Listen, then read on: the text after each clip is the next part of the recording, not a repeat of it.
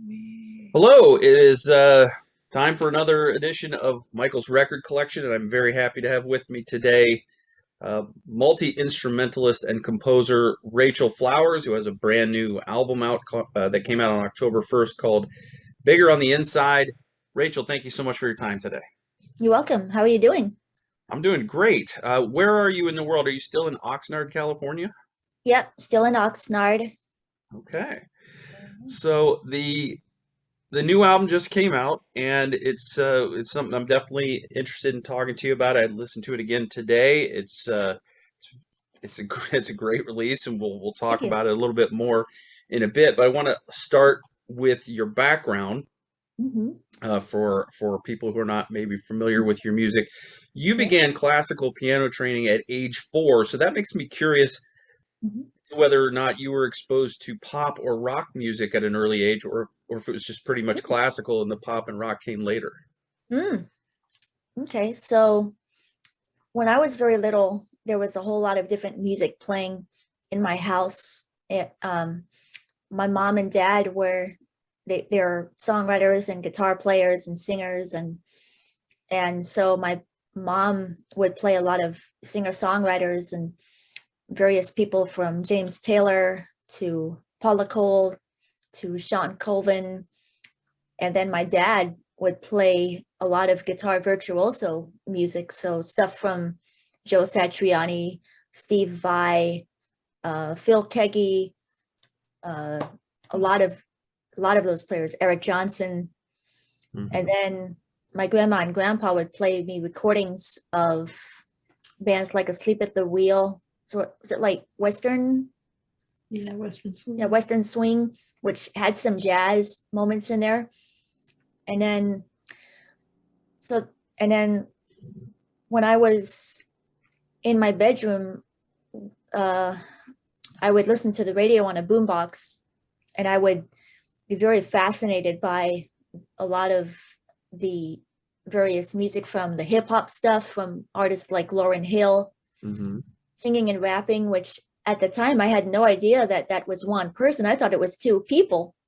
I was like, wow, women can do all that as well. So, and then the classical music was something that my mom would also play me.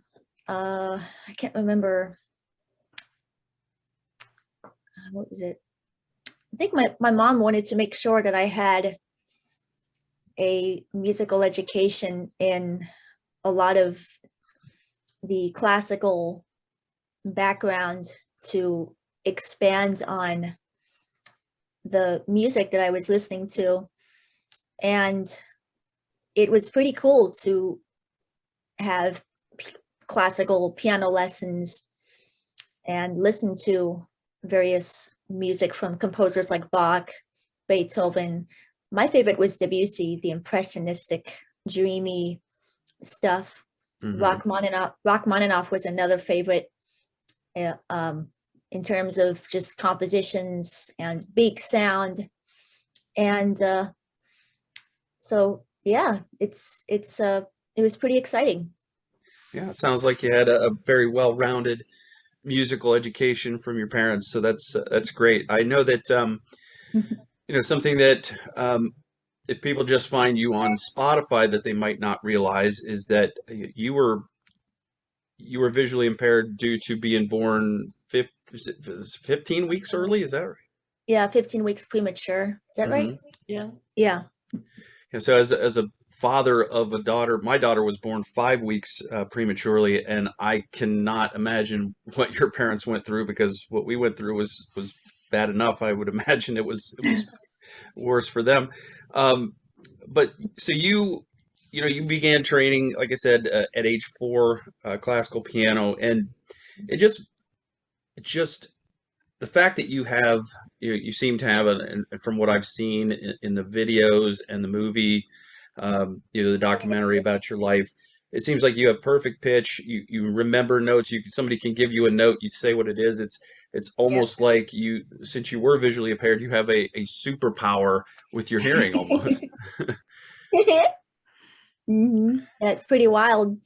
Yeah, there's a movie called Hearing is Believing, and it's a documentary on my life, and it's yeah, it's pretty wild. And my mom tells the story about how I was born, and um, how difficult it was for her at first, and knowing that a lot of life, most of it is visual, Hmm. and and finding ways to like work around it and moving forward. So yeah. So you found jazz music at age 9. What spoke to you about that particular musical style? Was it the improvisation, the freedom, something else? Uh, it was mainly the improvisation. I think the first thing that caught my interest was the drumming in jazz, especially if it's, I was so used to listening to various like pop and rock stuff where the drums are doing the 2 and the 4. Hmm. Then I'm hearing jazz drumming, and they're not doing that. They're not doing that steady pulse. They're like switching it around with the kick and the snare. Hmm.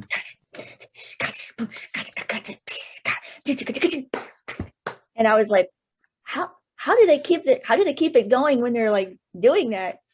So, and then and then I heard the piano stuff from McCoy Tyner with John Coltrane, and then like the various Miles Davis stuff, and then um, the different possibilities in expressing harmony and melody, and the different approaches to improvisation was pretty cool. Hmm. Yeah. In the Hearing is Believing documentary, I saw you have a device that was reading you the lyrics to "That's the Way It Is" by Bruce Hornsby, Mm-hmm. and then you were playing it, and I wondered how Mm-hmm. many times do you hear something before you are able to just memorize the lyrics? Like, how long does it take you to get that process down? Mm, it varies. A lot of times I just like to listen to the song, the recording of it, and then I listen to it several times, and it depends on how simple it is. Sometimes I might not, if I hear something for the first time, I might not remember the exact way that it was played, but I could remember like how, like the range of the instruments and sort of the ideas, and then I would hear it again, and then the memorization would kick in, and uh, and then if I'm just like, well, I've heard the song, but I would like to really study the lyrics and read the lyrics and use my iPhone with voiceover, which is one of the features on the Apple uh, voiceover that allows people with no vision to access the phone by just using a speech voice and basically their hands or their fingers, and it's all these movements like swiping up with one finger or swipe down with one finger. Hmm. If I'm going to type something, I would hear voiceover read the letter, and if it's the right one, I would tap it twice, so it's like a double tap. And it's kind of unusual to figure out how to talk about it. It feels so natural to me. Like sometimes I forget that there are some people who might not know what I'm doing, and it's fascinating. So it's, yeah, it's, technology has been really cool in Yeah. that. Yeah. Um, do you have a record collection, or do you just listen to music on the radio or on, digitally, like on the streaming services? How do you listen to music? A lot of times I would put CD, like my favorite CDs or music that I downloaded off of iTunes, like Apple, or my mom with like Amazon, like various places. Hmm. If how do I say it? I have a huge collection of music that a lot of it I downloaded online, but I would put it on a machine called a Victor Reader stream, which is it's like how do I describe it? Well, it's where is it? What is it? It's an audio device that's designed for people with visual impairments. Mm-hmm. So where is it? Maybe you can hold it up. I Yeah. don't know where it is. I think She's getting it out of her purse. Okay. Yeah, here it is. But it plays MP3 files. Yeah, and WAV MP3s, files. M4A. Well, it doesn't play waves. Oh, sorry. It plays M4As, MP3s. But it's a really cool machine, and I put a lot of music on a whole bunch of. Here, let me hold it up so you can see. See, it has all these buttons that she can press, and it speaks to her and lets her know where she is. Mm-hmm. Okay, great. Yeah, and so I have these SD cards, and I've been categorizing them. So I have like a huge jazz collection and my rock collections and R&B collection, hip hop collection. It's huge. Yeah. Yeah. How old were you when the Hearing is Believing documentary was made? You were what, in your teens? I was like 20. Was it made 2016? It ended in 2016. Yeah. So started in 2014. So yeah, I was like 20. Yeah. Okay. You were able to meet a lot of your heroes. Keith Emerson before he passed. How did you first get ELP's music? How did that first kind of cross your radar? How did you learn about ELP? Was that from your parents? That was from a friend of theirs. I don't remember now. Yeah. Yeah, it was a friend of mom and dad's. Yeah. I was about like 9, and I had been doing a lot of classical piano stuff, specifically a lot of Bach and Debussy repertoire. And I'm at this friend's house and I'm sitting at a piano and I play a lot of this stuff. And then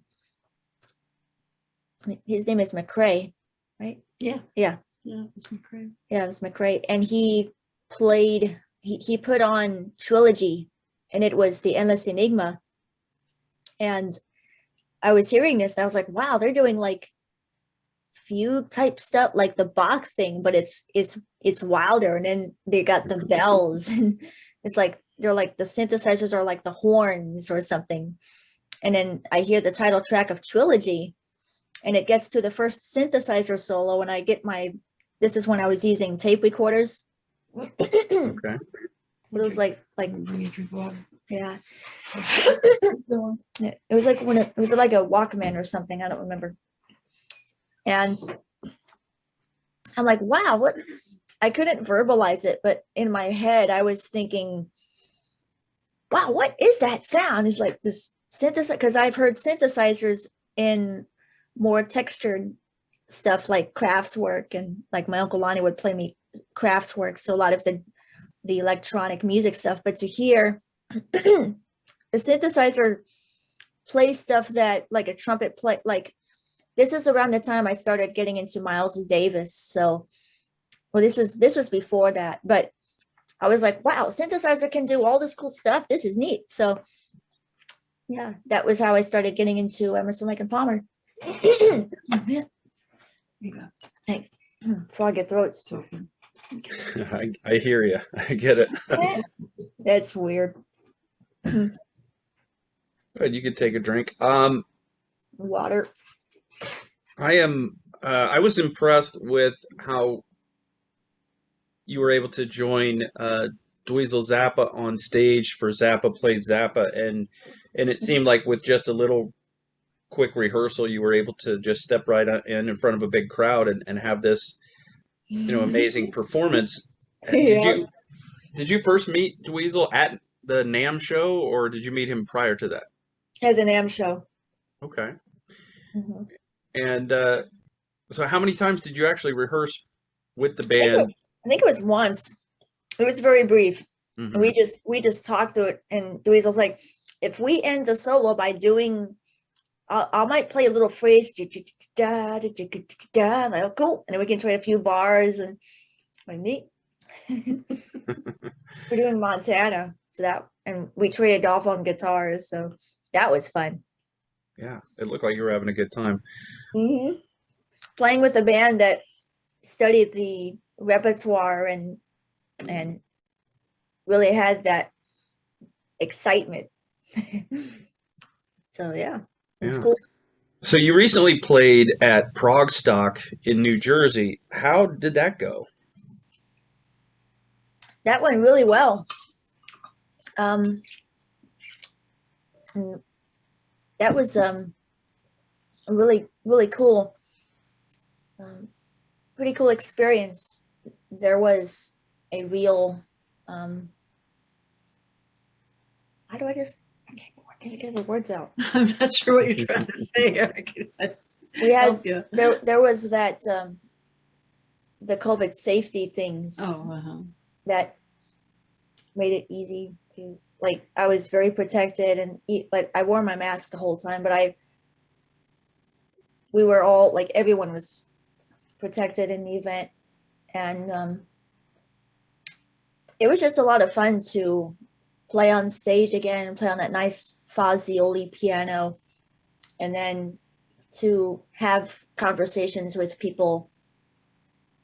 It was pretty cool. Were you able to do some of the songs from the new album? Yeah, I was able to like strip them down on the piano. We had a CD release breakfast thing one of the days, and it was exciting. So Okay, nice. yeah. So you've done Progstock, you've been on Cruise to the Edge. I know from the message boards that I go to, a lot of progressive rock fans are drawn to your music. Do you consider yourself a progressive rock artist or a jazz artist who just happens to have some prog influences or something else completely?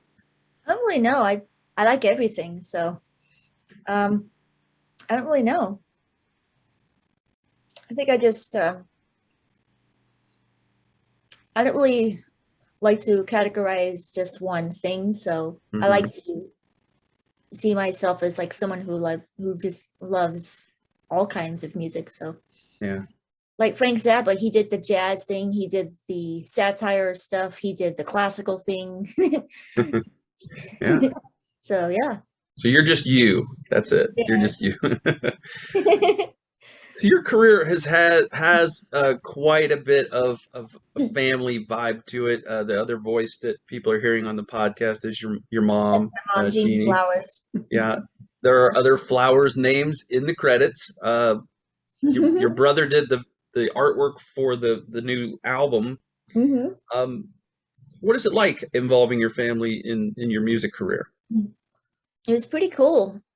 I've always wanted to not just be the well-known one, but wanted to like feature my mom and my brother Vine and various things, and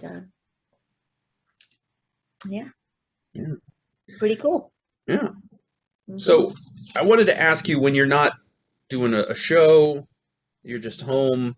What is a typical day like for you, Rachel? What can you tell me about? Um, are you composing music every day? Only some days? Do you have a routine?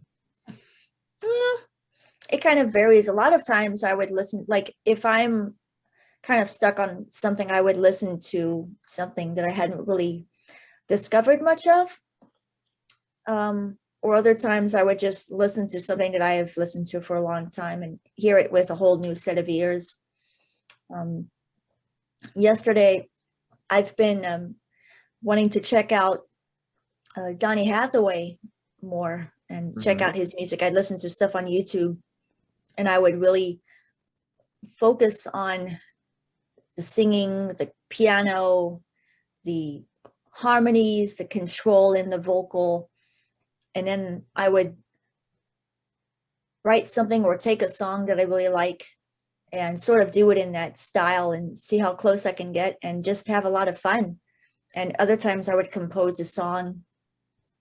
I might listen to something that I hadn't really. Oh no, I think I'm gonna sneeze. Oh no. Maybe not. Maybe not. It felt. It's weird. It's like it feels like you're gonna sneeze, and then it kind of changed the False mind. alarm. Yeah. It's weird. I use my laptop to write a lot of lyrics also, using voiceover now. And I like doing that because it makes it easier for me to get the words out. And then what I would do is I would get my phone out, record myself. I put the headphones on my computer. I almost said phone. Headphones on a computer.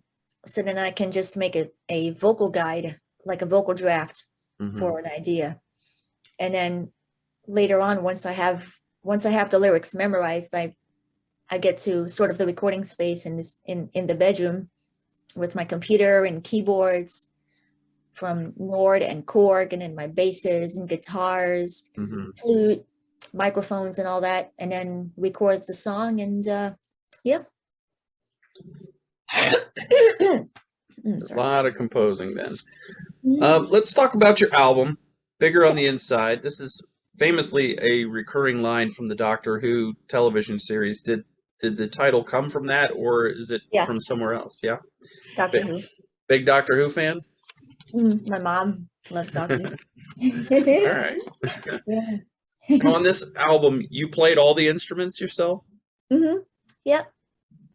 How many different instruments did you play on this record?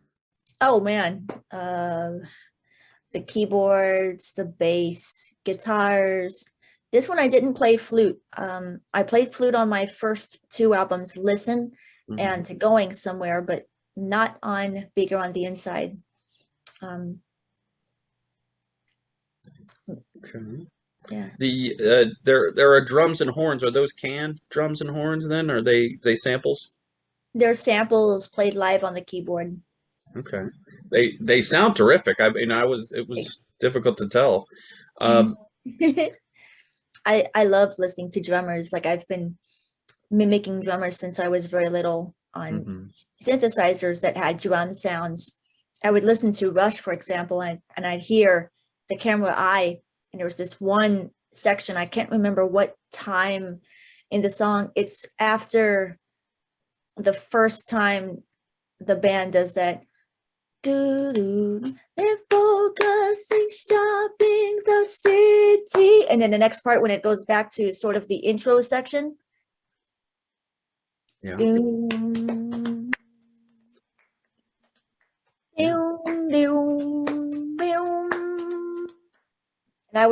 I would play that drum pattern on the keyboard. So that was like one of my favorite drum stuff to play on the keyboard. And then I would just listen to all sorts of drummers, and I still do. Like when I'm listening to Porcupine Tree, I like to really listen to like Gavin Harrison and his drumming ideas. And nowadays there's these incredible sound libraries on computers where they sample all the various nuances of a drum, like the kick and the snare and the cymbals.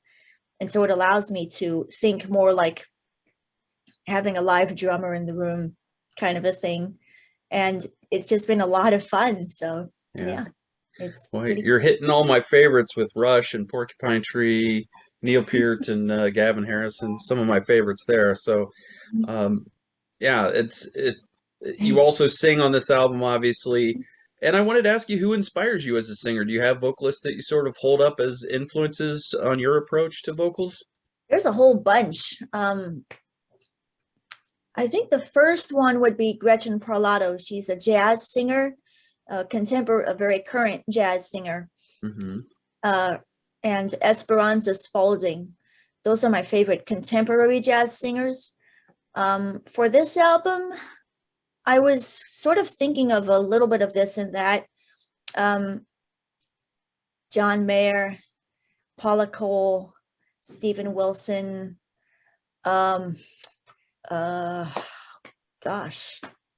I don't really know. Just Gino Vanelli, okay, Frank Sinatra, Amy Winehouse. this and that, just like pretty much just anything that catches my attention. And like now I've been really diving into like the classic jazz.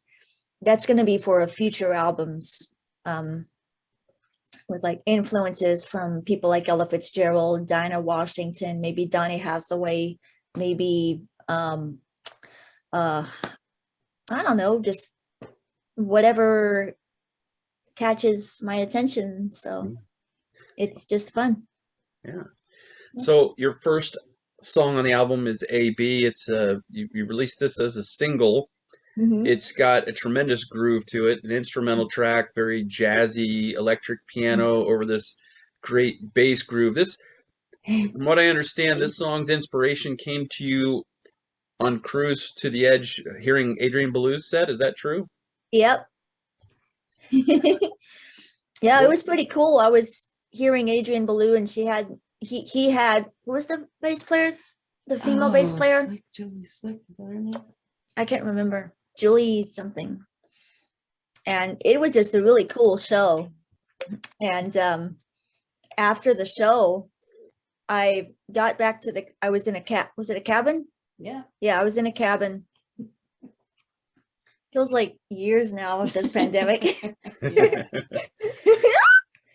yeah, I was in a cabin, and I immediately started singing this idea.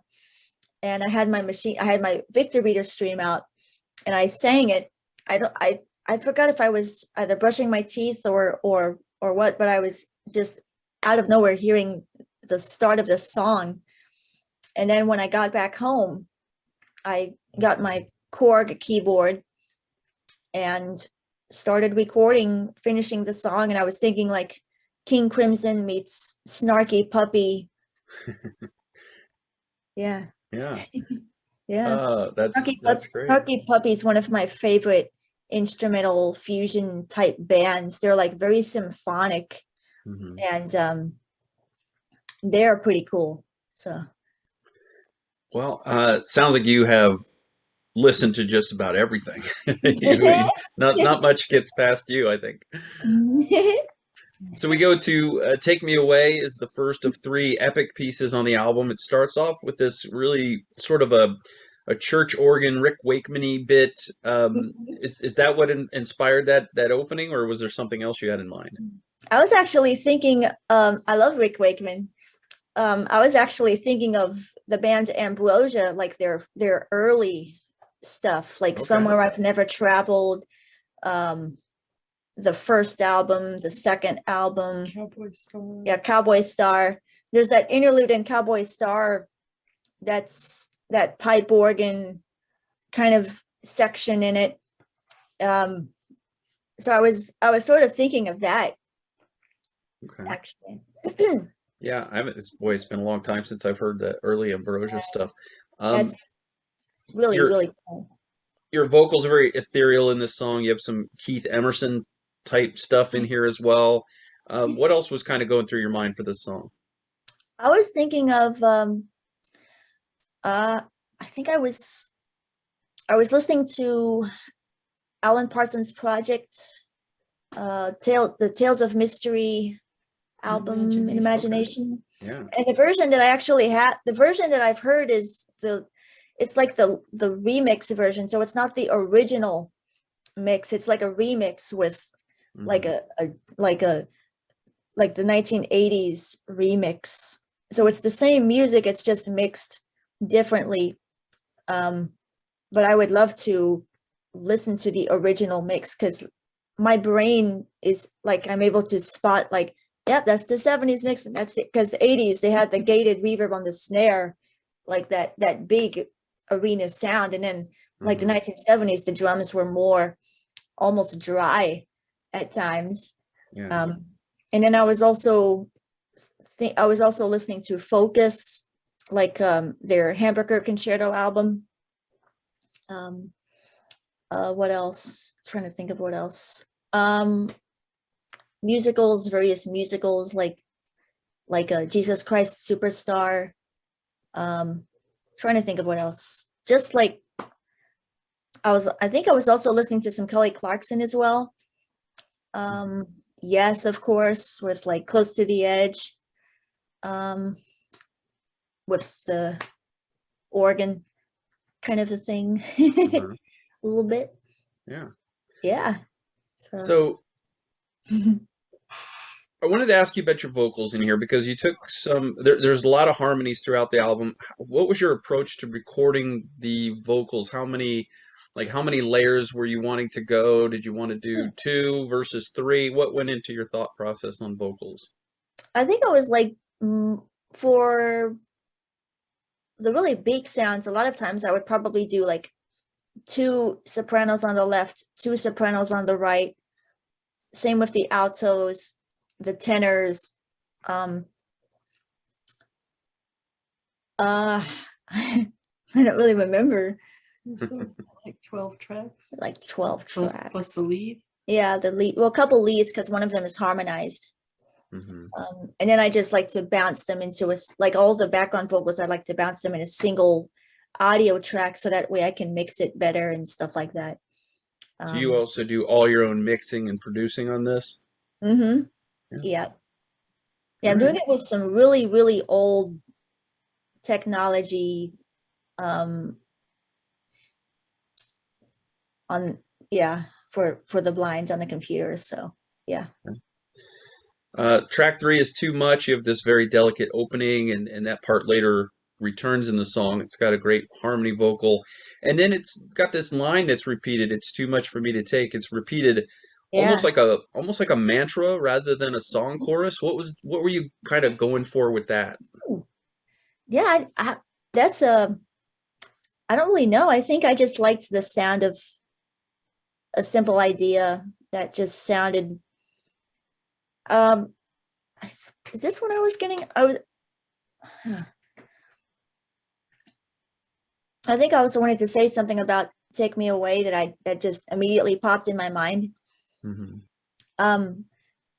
For a while I was trying to figure out some progressive rock type stuff influenced with female vocals, and most of the things that I would listen to was really nice. Like it was mostly in the European kind of an approach, and I've always wanted to challenge myself, and my favorite female singers are like jazz and R&B and all kinds of stuff, and so I wanted to challenge myself and see if I can do something that's going to have vocals that are influenced, that take cues from all these other varieties. And then with Too Much, that started from an idea that one of my friends, Michelle Sample, her and I, she would used to go to my house at times and visit, and she would play me all kinds of music from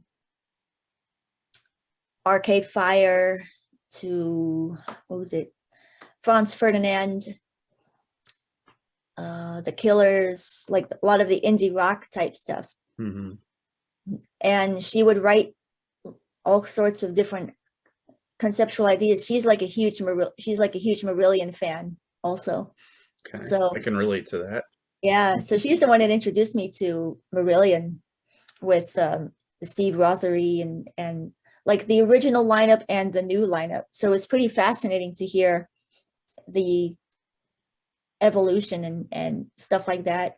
And then especially when it came to the lyrics sort of came from an idea that Michelle had for a conceptual album about like a post-apocalyptic United States or something like that. And this was back in like 2017 or 2018. And in my brain, I was thinking, I'm not quite sure if I'm really up to that right now, but so I think to get in the mindset, I had this dream one night where I was hearing the ending of the song of Too Much, and it was before it gets into the buildup with the high vocals and stuff like that. And when I woke up from the dream, I'm like, okay, I know where this is. I know how this is going to go in the lyrics and in the music and I had been getting into a Nine Inch Nails phase, so a lot of like dark stuff.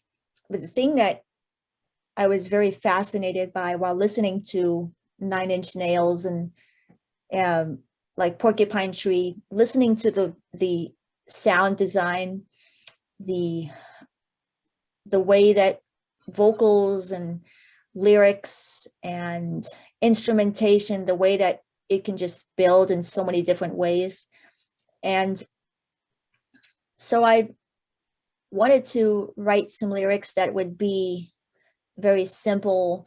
I think this was also when I was getting into a George Harrison phase. So I was listening to like the All Things Must Pass album, and those like phrases that are repeated in various ways. And so it's like a little bit of this and that.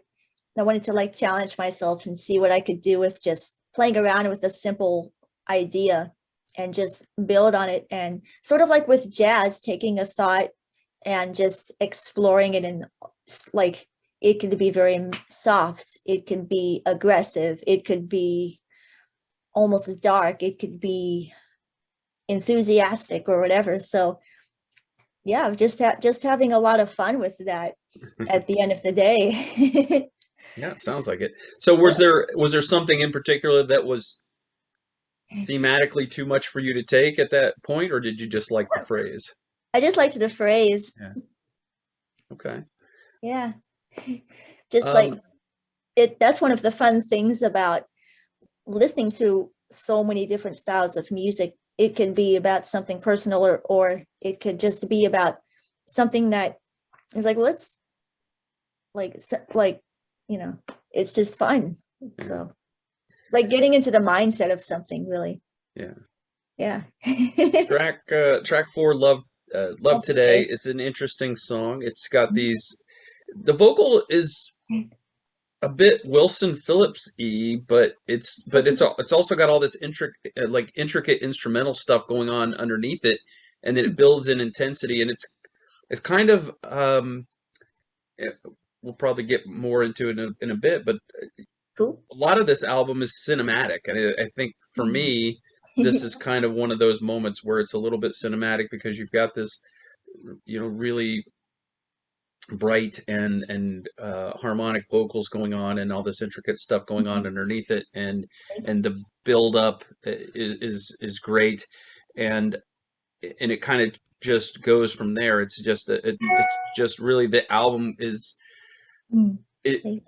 it's melodic, it sounds nice, but it's very complex. And I know that for me, I'm not a musician, and a lot of times I'll say, "Wow, that sounds really complicated," and a musician will tell me, "No, it's really not that complicated. All I do is I take this thing and I invert it." And then other times it really is complicated. So why don't you tell me, as the person who created it, how complicated were these songs for you? Oh, wow.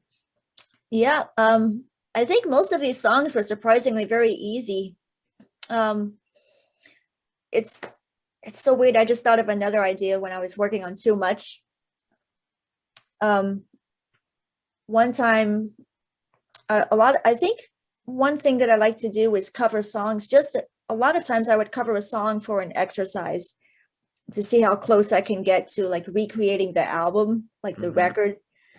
And there are some stuff that's on SoundCloud and stuff that are not on SoundCloud. And the stuff that's not on there, it's just something I do for fun. But one time I was experimenting by doing a little Pearl Jam, and it was the song Jeremy, and the last part of the song where the band builds and Eddie Vedder does that whole like that part Hmm. of the song. And so I thought I wanted to like see if I could sort of take a cue from that, but go more towards like almost an Esperanza Spalding meets Paula Cole meets like this and that, and like do it in the upper register. And then I added in the "it's too much for me to," I added that in later so that there Hmm. was more variety, because without that part it would be like, okay, what's going on? So I I think one of my I'm trying to think of an example of something where the canon in D, Paco Bill's canon in D, where it's got that repeated bass line, and the violins are playing these phrases that just like go from this place to that place. And so that was very fascinating when I was very little, was hearing an idea where you could just like take a simple bass line or whatever, and you can just add on to it. And so, yeah. And then with Love Today, that song, I heard that entire song in a dream, including most of the words. And when I woke up, I immediately got out my iPhone, hit the record button, turned on one of my Nord keyboards and played the song. And some of it was similar. And then I redefined it by finishing the lyrics and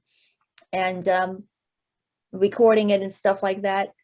And then I think Philip. What's that name? Wilson Phillips. Wilson Phillips. I have to check out Wilson Phillips. Actually, I'm not familiar with that name. So it's 2 people. Oh, 2 people. I'll fill you in later. Okay, that's cool though. Track 5. This is the way I am is a very ELP-ish song. The lyrics for this were written by your mom, Jeanie Flowers, and it seems to be a song about an experience of trying to address maybe even a bullying incident. It seems to touch on that theme. Was there, and maybe this is a better question for your mom, was there an incident that the lyrics were based on, or was this just all conceptual? All right, here we go. Climb in here. It's a hi. Hi, this is my mom. The story is Rachel's. She had written the music back when I was this was like around 2012, and this was when I was really in my ELP phase. So I was definitely that was a lot of my compositions back when I just started writing were really in sort of the Keith Emerson style, because my brain was still processing a lot of his techniques. And so I wasn't ready for a lot of the other artists until like later on. But anyways. Yeah. But she had written this music and she hadn't started writing lyrics yet at that point. But she had a title for it, which is This Is the Way I Am. So I was listening to it and I said, oh gosh, I'd love to write lyrics for this. But it took us a really long time to figure out what the song was really about. And she wasn't ready to put it on an album yet anyway. So we kind of took a while. And finding the melody was tough. Yep. And we talked a lot, and it came out as we were talking that she had some issues in school as a kid that she had never told me about it at the time. Yeah. And the terrible thing about it wasn't other kids, it was aides and teachers. Oh wow. Who had shamed her and bullied her and just kind of really messed with her head. And here I was learning about it years later when there was nothing I could do about it, Yeah. And so we were both a little upset about that, and we realized this is what the song needed to be about, because it had an aggressive feel to it that was different than a lot of the other things that she was doing at the time. Yeah. and we wanted to just express what she went through. But then as I was writing the lyrics, I realized, you know what, it can't just be about being angry and being upset, because that's not the way she is. It had to have a positive spin to it. And so that's I would write part of it and then say, Rachel, is this how you really felt? And she'd say, yeah, and I'd keep going. I would have a smile on my face. Yeah. Like, he gets it. Yeah. But it's her story. Yeah. But okay. I came in and kind of helped her Mhm. express it. So I'm going to back out of this. Well, Rachel. I'm sorry you had to deal with that, Yeah, especially at such a young age. But yeah. like they say, all a lot of Mhm. great art comes from dark places. So Yep.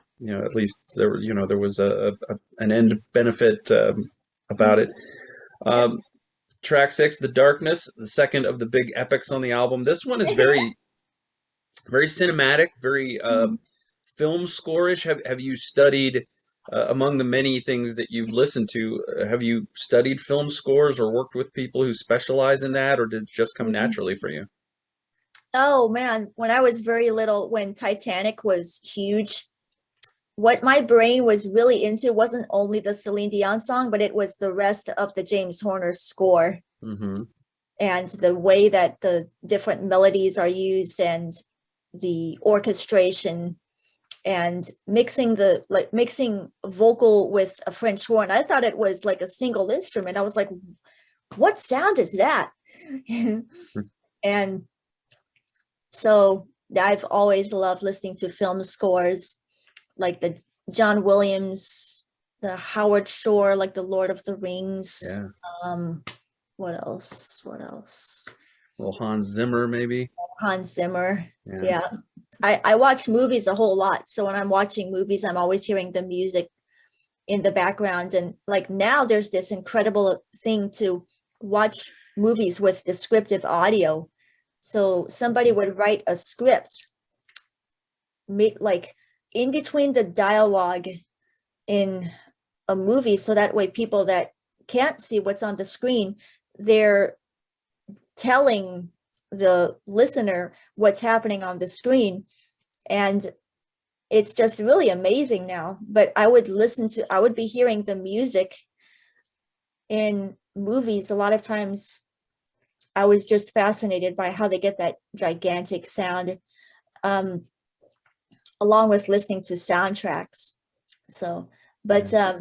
also I was listening to Steve Vai in the Metropole Orchestra performance, um, and then the Keith Emerson Orchestral, the album that he did with Mark Bonilla, where they reimagined ELP classics with the orchestra. So it was a mixture of film scores and other various things to explore and bring that cinematic thing into my music, because I love cinematic stuff. Mm-hmm. Well, So it certainly comes through in that song. What was going on through your mind when you worked on the lyrics about the world spinning and speaking with hmm, winds of change and all of that?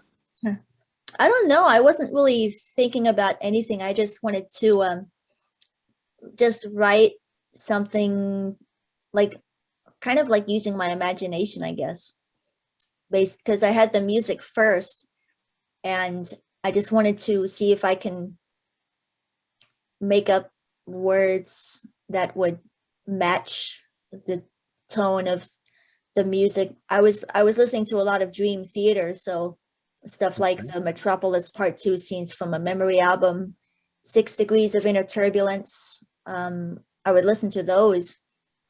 Um, so just yeah, I wasn't really thinking of anything. I just wanted to get in the mindset, I guess. Okay. Mhm. You're hitting more of my favorites, so I think we would probably have a very similar music collections. I think yours would be bigger, but I think we'd have a lot of the same stuff in it. Cool. Um, then the last epic is Feel, and this Cool, one yeah. again has some ELP echoes through it. I think the guitar solo in the middle of this song is probably my favorite one on the album. Mm, thanks. What was the inspiration for that solo? Um, I think I was thinking of John Petrucci from Dream Theater and Okay. Frank Zappa. So it's a little bit of just something that's like very jazzy and fusiony. I was also thinking of Steely Dan as well. Okay. Yeah, Uh, yeah. you can see that. I think so. Um, Yeah. Lyrically, this seems like you. coming out of the darkness. And you talked about the positivity, and I think a lot from what I've read about your approach to this album was that you want people to take away from this that you can, you can get through dark times and come out to a better place, and find the beauty in the world and that kind of thing. Is that kind of what you had in mind as far as, themes for this album? Yeah, I think so. Yeah. Yeah. Yeah. You end with a couple more uplifting, positive songs: "Beautiful Dream" and "With You." Um, I don't know. I wanted to like challenge myself to just write because I love huge sounds. I love big sounds. Hmm. So like Phil Spector, George Martin, the Beatles, Jacob Collier. Jacob Collier is like one of my favorite contemporary artists in the jazz everything world, and he does a lot of big sounds. And every once in a while, he would do a stripped down song that's just guitar and voice. Hmm. So I wanted to, well, when I started writing this song, I was initially hearing it with some orchestral background stuff because I love orchestral and huge sounds. And I wanted to see what it would sound like if it was just piano and voice stripped down. And I did a couple different versions of it. And the first version, the piano part it didn't really have much of a pulse. Like it was on a click track, but you couldn't hear it. And so I wasn't quite happy with that. So then I thought, well, I got my Korg piano. Let's see if I can rework the piano part and play a pulse when it comes to the second verse so that it feels more involved. And so, yeah, I think being both a classical and a jazz pianist, mixing all those different elements together and mixing a little bit of complexity, not like too complex, like, Yeah.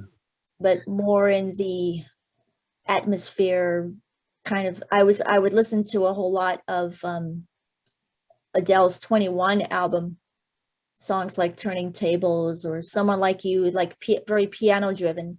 And I wanted to sort of do the opposite and do a song where the piano part wasn't as it's the it's not fast, it's more slower. Hmm. And I was thinking about, I don't know what I was thinking about. I just wanted to challenge myself and do a less is more thing, so that because the words were coming from a personal place. Actually, I wrote this one about my friend Michelle, and we would email each other on different thoughts and various things. And sometimes I'm nervous when it comes to really expressing things. And so I started thinking, what do I love about Paula Cole and Alanis Morissette and even like Nine Inch Nails or like this and that. And it was, or James Taylor, is vivid the vivid imagery. And Jill Scott's another favorite. The just expressing that friendship thing that it's hard to figure out how to describe it. It's easy for me to put it into lyrics. Yeah, I understand. I was also thinking of Taylor Swift's Safe and Sound from the first Hunger Games movie that's played in the credits. So Okay. yeah, I was also thinking of Sarah McLachlan in song like Angel, so it's a little bit of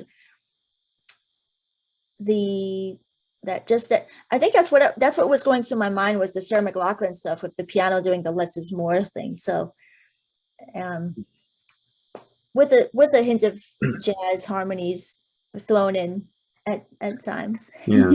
Yeah. So Rachel, do you have a favorite song on this album? Do you have one that kind of speaks to you more than the others? I don't really know. I like them all. They each have their own thing. Um I think for production, one of my favorites is Take Me Away. Okay. And then I don't know, they're all it's tricky. Yeah. So tricky. I think for singing it'll be This Is the Way I Am. That's because at the very end I wanted to end on a really big high note, almost operatic, jazzy and operatic. Yeah. How about as an instrumentalist, as a someone who plays a lot of instruments, is there one that's more fun for you than others? I don't really know. uh AB was one of them Yeah. because it's all instrumental, but I mean they were all a lot of fun, like Take Me Away, especially. Hmm. The organ solo, that was one of those songs where I think that when I made up the entire thing just using a pipe organ sound on my keyboard, and then I just added on to it. I already knew as I was working, I would just do the pipe organ stuff, and then my brain would be hearing, okay, here the singing melody is going to be this, and now the organ solo is going to be here, the guitar. The organ solo, I was not just thinking about Keith Emerson, but I was also thinking one of my favorite organ solos is the solo to Light My Fire, Ray Manzarek and the Doors. Okay. Yeah. Yeah, and the stuff that he's doing with the third interval, it's hard for me to talk about it without demonstrating it, but that's one of my favorite conceptual solos that focuses on an idea and it just builds and builds to it. And it builds it and then he brings it down, and it's all with these really cool, like that type of melodic playing. So I was sort of like thinking of that as well. Yeah. Yeah, so it's just a lot of fun. Yeah. So speaking of fun, is there an instrument that you have more fun playing than others? So you like, are you still more a piano, keyboard? Is that still more fun for you than guitar, or does it matter really? Doesn't really matter. I think the one that I often like to play more often for like composing, it would mainly be the keyboards. Okay. So Do you yeah. do you always start with the music and then add the lyrics, or does sometimes the lyrics come first? Uh, I don't really know. A lot of times it'll be the music first and then the lyrics. Sometimes it's all together, but like I'll have the melody or I'll have the rough melody idea, and then I get the laptop out, write down the word, like write down some lyric drafts, and then that's it.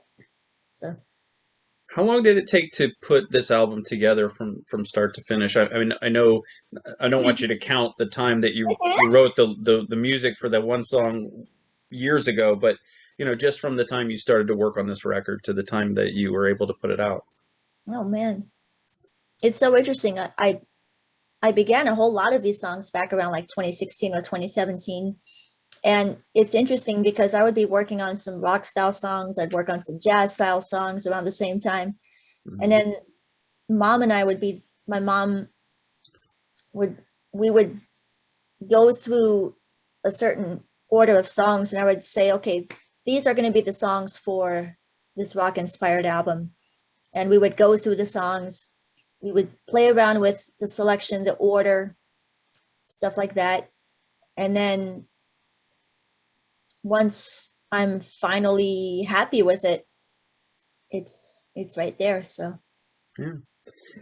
What is next for you, Rachel, in terms of live dates and upcoming projects? What's coming up for you? I'm in the process of making a jazz album, like a jazz vocal album. Hmm. So, and then sort of a hip hop jazz fusiony mixture kind of an album. So for live shows, November 6th, opening up for John Payne's Asia Okay. in New Jersey, in Rahway, that sort of like the Prague stock thing. So Yeah. So it's your new home away from home, I guess.